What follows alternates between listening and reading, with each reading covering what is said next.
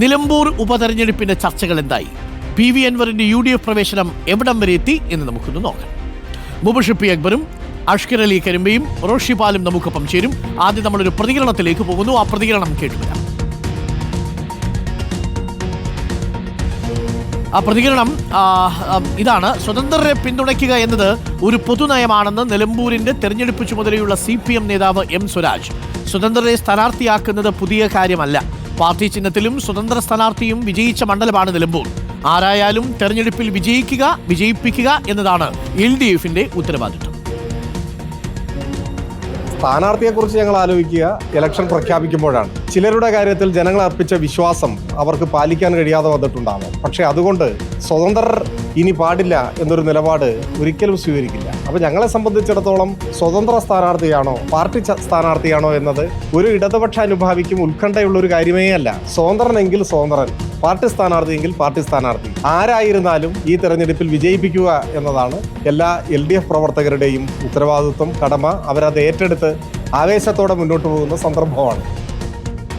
മുബഷിർ അക്ബർ ഉണ്ട്. മുബഷിർ അക്ബർ, സ്വതന്ത്രനാണെങ്കിലും പാർട്ടി ചിഹ്നത്തിൽ മത്സരിക്കുന്നയാളാണെങ്കിലും LDF സജ്ജമാണെന്ന സൂചനയാണ് M സ്വരാജ് നൽകുന്നതല്ലേ മുബഷിർ? Good morning.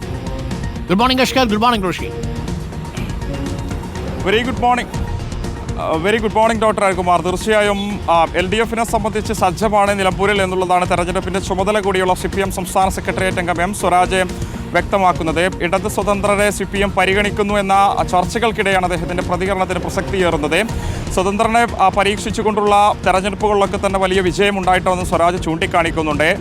മുൻപ് EMS മന്ത്രിസഭയുണ്ടായിരുന്ന കാലത്ത് സ്വതന്ത്ര പരീക്ഷണം നടത്തിയത് വിജയമായതൊക്കെ തന്നെ ചൂണ്ടിക്കാണിച്ചുകൊണ്ടാണ് അദ്ദേഹം പ്രതികരണം നടത്തുന്നത്. അതുകൊണ്ട് തന്നെ ആ ഒരു പരീക്ഷണം ഉപേക്ഷിച്ചിട്ടില്ല എന്നുള്ളതാണ് M സ്വരാജ് പറഞ്ഞു വെക്കുന്നത്. പ്രഗത്ഭരായിട്ടുള്ള നിരവധി ആളുകളെ ജനാധിപത്യ സംവിധാനത്തിലേക്ക് കൊണ്ടുവന്ന് വിജയിപ്പിച്ചെടുത്തൊരു ചരിത്രം CPMനെ സംബന്ധിച്ചിട്ട് ഉണ്ട്. അത് ഉപേക്ഷിച്ചിട്ടില്ല എന്ന് അദ്ദേഹം പറഞ്ഞു വെക്കുന്നുണ്ട്. ഇന്നലെ നിലമ്പൂരിൽ CPMന്റെ ഒരു മണ്ഡലം കമ്മിറ്റി യോഗം ചേർന്നിരുന്നു. അതിൽ 6 പേരുടെ പട്ടിക തയ്യാറാക്കി എന്നുള്ളതാണ് നമുക്ക് മനസ്സിലാക്കാൻ സാധിക്കുന്നത്. ആ പട്ടികയുമായി ബന്ധപ്പെട്ട കൂടുതൽ വിവരങ്ങൾ അഷ്കർ അലി കരിമ്പ പറയും. എന്തായാലും CPMനെ സംബന്ധിച്ച് മണ്ഡലത്തിൽ സജ്ജമാണ് എന്നുള്ളത് തന്നെയാണ് നേതാക്കൾ വ്യക്തമാക്കുന്നത്. കഴിഞ്ഞ ദിവസം നിലമ്പൂർ കോവിലകത്തുപുറയിൽ LDFന്റെ ഒരു ബൂത്ത് ഓഫീസൊക്കെ തന്നെ അവർ തുറന്നിട്ടുണ്ട്. തെരഞ്ഞെടുപ്പ് പ്രഖ്യാപിക്കുന്ന വേളയിൽ തന്നെ അവരുടെ സ്ഥാനാർത്ഥിയെ പ്രഖ്യാപിക്കാൻ തന്നെയാണ് സാധ്യത എന്നുള്ളതാണ് നമുക്ക് മനസ്സിലാക്കാൻ സാധിക്കുന്നത്. 2 തവണ PV അൻവറിനെ ഇടത് സ്വതന്ത്ര സ്ഥാനാർത്ഥിയായി മത്സരിപ്പിച്ചുകൊണ്ട് വിജയിപ്പിച്ച ഇടതുപക്ഷത്തെ സംബന്ധിച്ച് വീണ്ടും ഒരു സ്വതന്ത്ര പരീക്ഷണത്തിന് CPM മുതിരുമോ എന്നുള്ളതാണ് നോക്കിക്കാണേണ്ടത്. അതിന് കൂടുതൽ സാധ്യത നൽകുന്നൊരു പ്രതികരണമായി സ്വരാജിൻ്റെ ഒരു പ്രതികരണം കണക്കാക്കാൻ സാധിക്കും. എങ്കിലും ഒരു ഭാഗത്ത് CPMലെ തന്നെ പ്രാദേശിക നേതാക്കൾ